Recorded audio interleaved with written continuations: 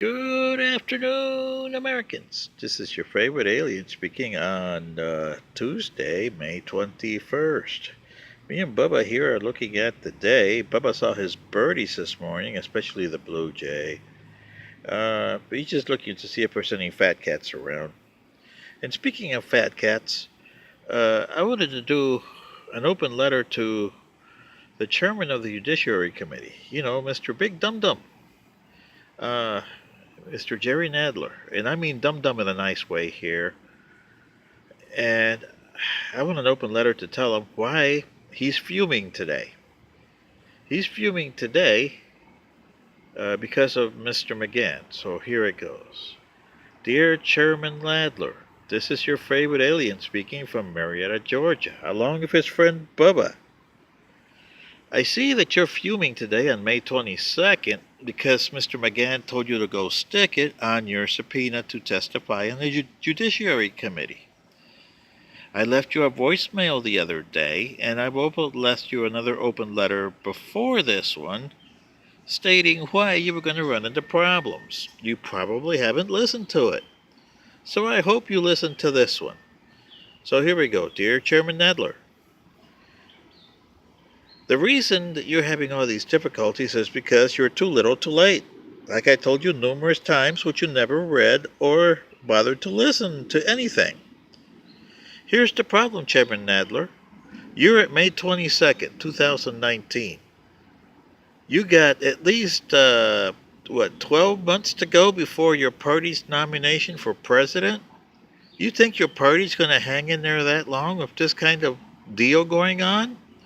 When they have to find a candidate to run against President Trump. President Trump knows that these taxes could be good, and he's going to be as out there and being as impeachable as he can to drive you crazy.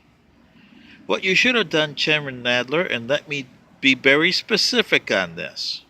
When you became chairman in January of this year, your first thing should have gone to a judge with Acting Attorney General Yates' firing back in January of 2017.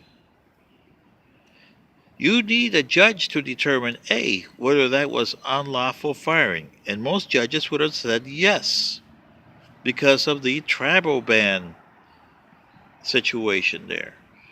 And that even though Acting Attorney General Sally Yates was from a Democratic administration, Obama to be specific. This was not a political issue. This was a unlawful firing because she was acting as an Attorney General of the United States, and her decisions were justifiable. You should first get the judge in Washington, D.C., specifically a federal judge like John J. Sirica was, to issue a verdict on this. Second, get the subpoena for Miss Yates. She's not covered under President Trump's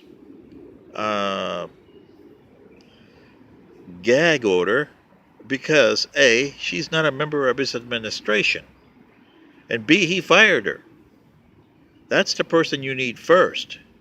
And then you can resubpoena Don McGann on the issues that you find from her, because she has talked to him on why she made the decision not to implement the travel ban. This, I told you, Chairman Nadler, would have given you an impeachable item, whether it's misdemeanor or high crimes, determined by the judge. His verdict on the firing of Attorney General Yates, which was illegal, by the way, because it wasn't political, it was illegal.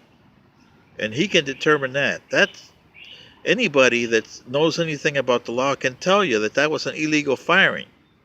You never acted on it. So this is a strike against you, Chairman Nadler. And this is why you're going to have a hard time getting anything from the administration, because they're on the offensive, not the defensive. If you would have done this, you would have put them on the defensive and not the offensive. How can you be a chairman of a judiciary committee and not know this? Look at the Watergate situation. That should have been your blueprint for this. Why did you wait for the Mueller report? You know that was going to amount to nothing because Mr. Mueller is a detailed guy. He's not a guy that's going to bring up there and say, okay, I got the smoking gun here, guys.